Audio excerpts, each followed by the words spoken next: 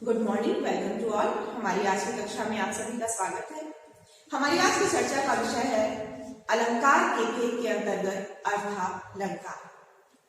पिछली कक्षा में आपने पढ़ा कि अलंकार क्या है और इसके मुख्य भेद कौन कौन से हैं। आइए एक बार फिर से देखते हैं अलंकार क्या है। अलंकार दो शब्दों से मिलकर बना है, अलंग प्लस कार। अलंग का अर्थ है भूषण अर्थात सजावट और कार का अर्थ है करने वाला। अर्थात कविता में सजावट करने वाले तत्वों को, काव्य तत्वों को हम क्या कहते हैं? अलंकार कहते हैं।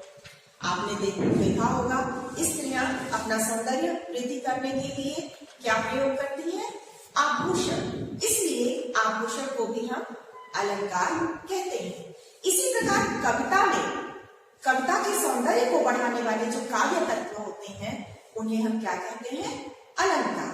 साधारण शब्दों में कविता की शोभा बढ़ाने वाले या सौंदर्य बढ़ाने वाले काव्य तत्वों को अलंकार कहते हैं। अलंकार के दो मुख्य भेद होते हैं, शब्दालंकार और अर्थालंकार। पिछली कक्षा में आपने जाना होगा, अच्छी तरह समझ पाए होंगे कि शब्दालंकार क्या है। शब्दालंकार वे अलंकार हैं जिन अलंकारों में हम शब्द के द्वारा काव्य की शोभा को बढ़ाते हैं। अर्थात शब्द विशेष का प्रयोग करके जब कविता में उसके सौंदर्य की वृद्धि की जाती है तब उसे हम शब्दालंकार कहते हैं।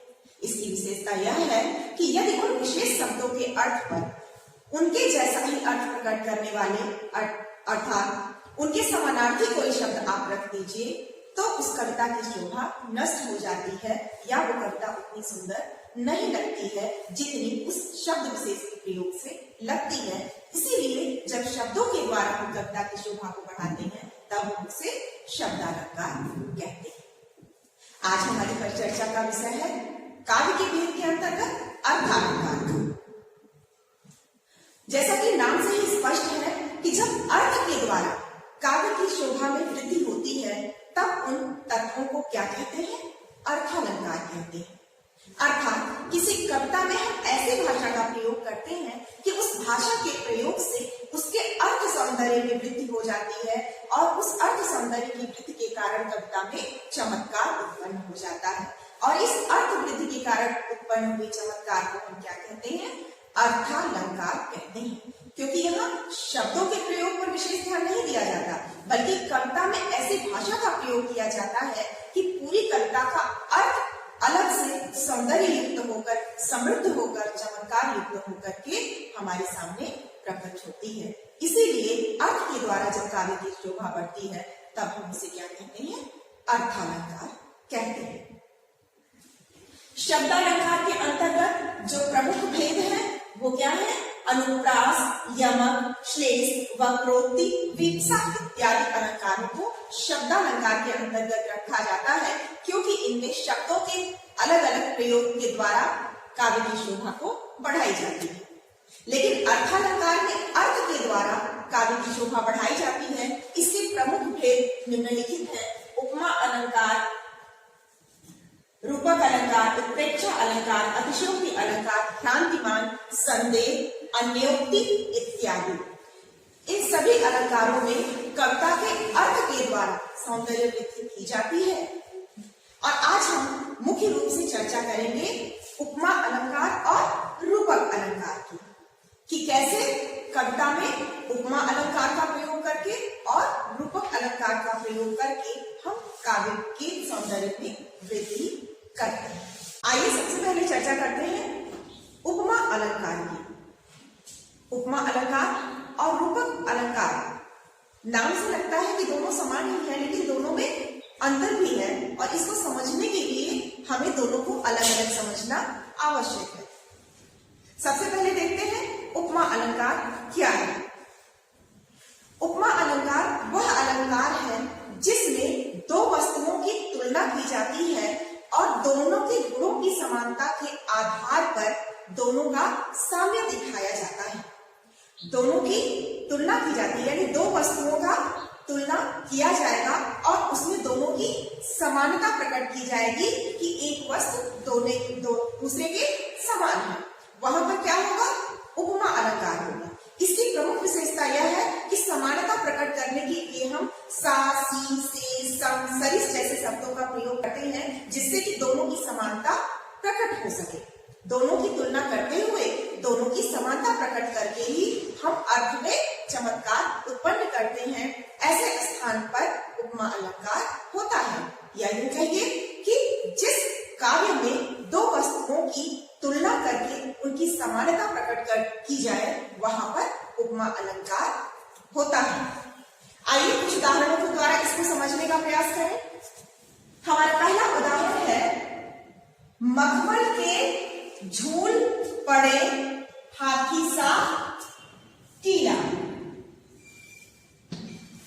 यहां पर एक और चीज समझना आवश्यक है कि हम दो वस्तुओं की तुलना करते हैं तो इसमें दो शब्दों का प्रयोग होता है, उपमेय और उपमान का। उपमेय वे शब्द होते हैं जिनकी हम तुलना करते हैं और उपमान वे शब्द होते हैं जिनसे हम तुलना करते हैं। इस पंक्ति में हम देख रहे हैं, मखमल के झूल पड़े हाथी सा टीला। हम किसकी उपमा दे रहे हैं? टीले की उपमा दे रहे हैं। तो टीला क्या हुआ? उपमेय हुआ। टीला क्या हुआ? उपमेय हुआ, क्योंकि हम टीले की समानता कर रहे हैं। ऊंचे टीले की समानता हम किसके साथ कर रहे हैं? मखमल के झूल पड़े हाथी सा। हाथी जो एक विशालकाय प्राणी है और वह काला हाथी जिस पर क्या पड़ा हुआ है? मखमल के झूल। जो हाथी पर बैठने के लिए झूल पड़ते हैं, जिस पर बैठकर लोग सैर करते हैं, उसे झूल कहते हैं, जो प्रायः किसी भी कपड़े का बना हो सकता है। लेकिन यहाँ पर क्या कहा जा रहा है कि मखमल के झूल पड़े। जो हाथी है जिस पर मखमल के झूल पड़े हैं, ठीक वैसा ही क्या दिख रहा है? टीला दिख रहा है। टीले की जो सुंदरता दिख रही है वो कैसी दिख रही है? झूल पड़े, मखमल के झूल पड़े, विशालकाय हाथी जैसी दिख रही है। इसलिए उस विशालकाय टीले की जो तुलना की गई है वो विशालकाय हाथी से की गई है। और यहाँ पर तुलना को प्रकट करने के लिए सा का प्रयोग किया गया है। तो चूंकि टीले की तुलना की गई है, इसलिए टीला उपमेय है, यानी कि टीले की हम तुलना कर रहे हैं। किसके साथ कर रहे हैं? किसके साथ उसकी समानता प्रकट कर रहे हैं? हाथी के झूल पड़े, मखमल के झूल पड़े हाथी के साथ कर रहे हैं। यानी विशालकाय हाथी के समान वह विशालकाय टीला है। इसलिए जो विशालकाय हाथी है जिस पर मखमल का झूल पड़ा है, ये विशालकाय हाथी क्या है? उपमान है। हाथी क्या है? यहाँ पर हाथी उपमान है, जिसके साथ उपमेय टीले की उपमा दी जा रही है। तो यहाँ पर जो अर्थ प्रकट हो रहा है वह सामान्य रूप से शब्दों के कारण नहीं हो रहा है। हम दोनों की तुलना कर रहे हैं तो उससे एक अर्थ प्रकट हो रहा है कि हमें सामने का बड़ा टीला कैसा दिख रहा है? झूल पड़े हाथी जैसा। वो भी कैसा झूल पड़ा? मखमल के झूल पड़े हाथी जैसा विशालकाय टीला हमको दिख रहा है। तो टीले की तुलना हमने एक विशालकाय हाथी से की है। उसके गुण का, उसके विशाल होने की जो तुलना है वो विशालकाय हाथी से हमने की है। इसलिए गुण के समानता के आधार पर उसकी विशालता जो गुण दिया गया है, उस विशालता के गुण के आधार पर जो तुलना की गई है, इस आधार पर यहाँ पर टीला उपमेय है और मखमल के झूल पड़ा हाथी उपमान है और यहाँ पर उपमा अलंकार है। ठीक है। और दूसरा हम उदाहरण लेते हैं, नीले नैनों सा यह अंबर। यह अंबर हमें कैसा दिखता है? नीले नैनों सा दिखता है। नीली आंखों जैसा अंबर दिख रहा है। तो यहाँ पर हम अंबर की तुलना आंखों से कर रहे हैं। किसके आधार पर? रंग के आधार पर। नीला अंबर है और नीली आंखें हैं, तो दोनों की हम तुलना कर रहे हैं। तो चूंकि अंबर की तुलना हम कर रहे हैं, इसलिए अंबर क्या है? अंबर यहाँ पर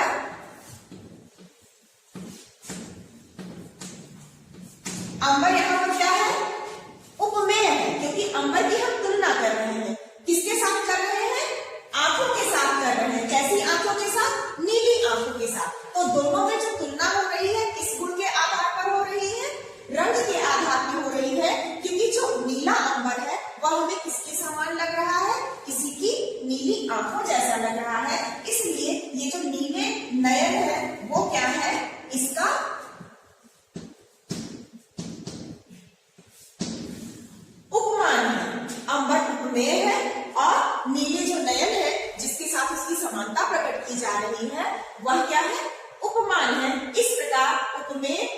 उपमान की समानता प्रकट होने के कारण यहाँ पर उपमा अलंकार है। तीसरे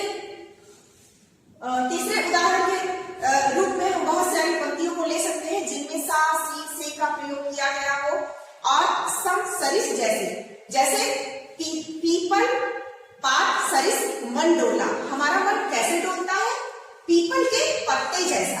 तो मन के कांपते हुए, मन के डोलते हुए मन की तुलना किसके साथ की गई? पीपल के पत्ते जैसा। पीपल, पात, सरिस, मन डोला। हमारा मन कैसे डोलता है? जैसे पीपल का पत्ता हिलता डोलता है। इसलिए वहां पर हमारा मन क्या होगा? वह उपमेय और उपमान क्या होगा? पीपल का पत्ता होगा। तो सास, सी, से की जगह वहां पर किस शब्द का प्रयोग है? सरिस। पीपल, पात, सरिस, मन डोला। तो वहां पर उपमा अलंकार होगा। आइए आगे बढ़ते हैं और रूपक अलंकार की चर्चा करते हैं।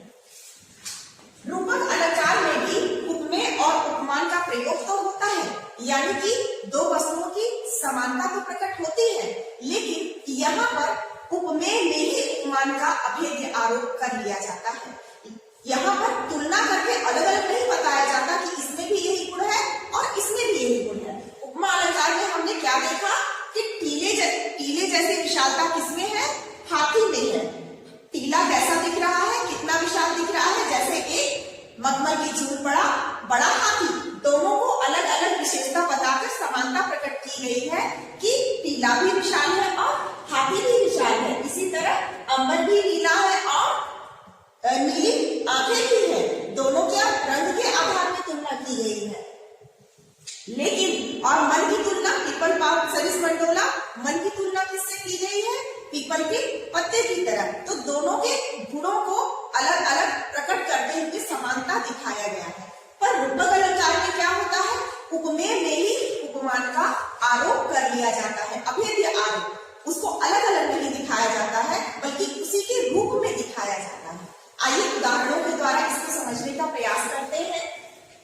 चरण कमल बंदौ हर राई। हम किन चरणों की वंदना करते हैं? ईश्वर के उन चरणों की वंदना करते हैं जो कमल जैसे हैं। लेकिन हम अलग अलग नहीं कह रहे हैं कि कमल में भी कोमलता है और भगवान के चरणों में भी कोमलता है, हर के चरणों में भी कोमलता। ऐसा नहीं कह रहे, हम सीधे कह रहे हैं कि हम ईश्वर के कमलवत चरणों की वंदना करते हैं। इस लाइन से, इस पंक्ति से कौन सा अर्थ प्रकट हो रहा है? हम ईश्वर के हर के कमलवत चरणों की वंदना करते हैं। हम ये नहीं कह रहे हैं कि भगवान के चरण इतने कोमल हैं जैसे कि कमल का फूल, बल्कि हम डायरेक्टली क्या बोल रहे हैं? हम ईश्वर के कमलवत चरणों की वंदना करते हैं। इस प्रकार इसके अर्थ में उपमेय और उपमान की अलग अलग तुलना न करके उस पर कमल का चरण में अभेद्य आरोप कर दिया गया है। चरण को ही कमल के रूप में दिखाया गया है, इसलिए यहाँ पर रूपक अलंकार है। रूपक अलंकार में उपमेय और उपमान को अलग अलग न दिखाकर उपमान का उपमेय में अभेद्य आरोप कर लिया जाता है। यहाँ देखिए, चरण क्या है? उपमेय है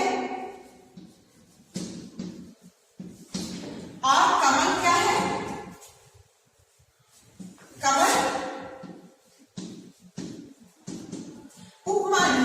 लेकिन दोनों को अलग अलग ना दिखा करके हमने एक साथ प्रयोग किया है कमलवत चरणों के रूप में। इसलिए यहाँ पर अर्थ में समृद्धि आई है कि हम ईश्वर के कमलवत चरणों की वंदना करते हैं। तो यहाँ पर रूपक अलंकार है।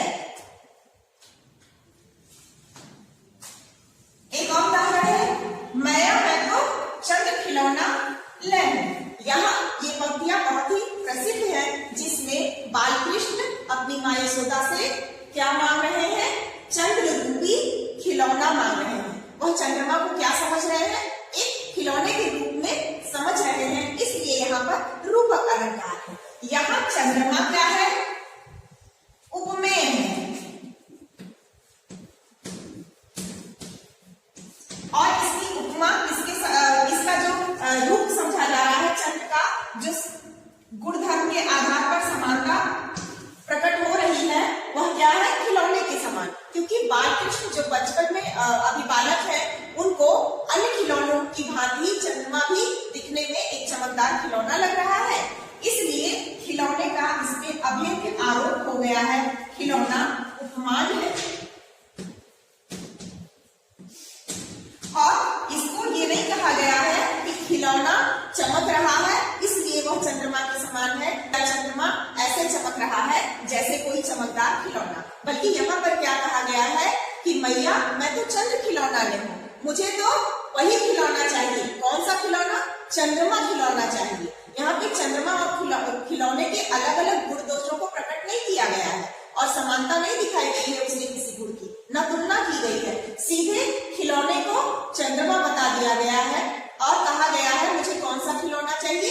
चंद्रमा खिलौना चाहिए। चंद्र को खिलौना समझा गया है। चंद्र यहाँ पर उपमेय है, चंद्रमा उपमेय है और खिलौना इसका उपमान है, क्योंकि चंद्रमा को खिलौना समझा जा रहा है।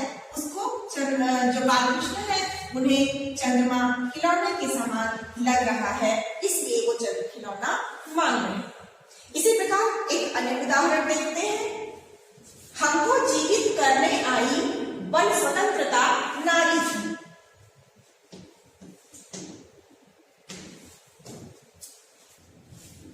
जब स्वतंत्रता के बाद स्वतंत्रता मिली तो ऐसा लगा जैसे एक नया जीवन मिल गया हो। इस भाव को प्रकट करने के लिए कवि क्या कहते हैं? हमको जीवित करने आई वन स्वतंत्रता नारी थी। इसमें स्वतंत्रता क्या है? नारी बनकर आई है। जैसे किसी एक सुंदर नारी के आने से जीवन जीवंत हो उठता है, सुंदर लगने लगता है, हमें जीवंतता प्राप्त होती है। उसी तरह से यहाँ पर कवि को क्या लगता है कि स्वतंत्रता एक नारी के रूप में आई है और जिससे हमें जीवन प्राप्त हुआ है। तो स्वतंत्रता यहाँ पर क्या है?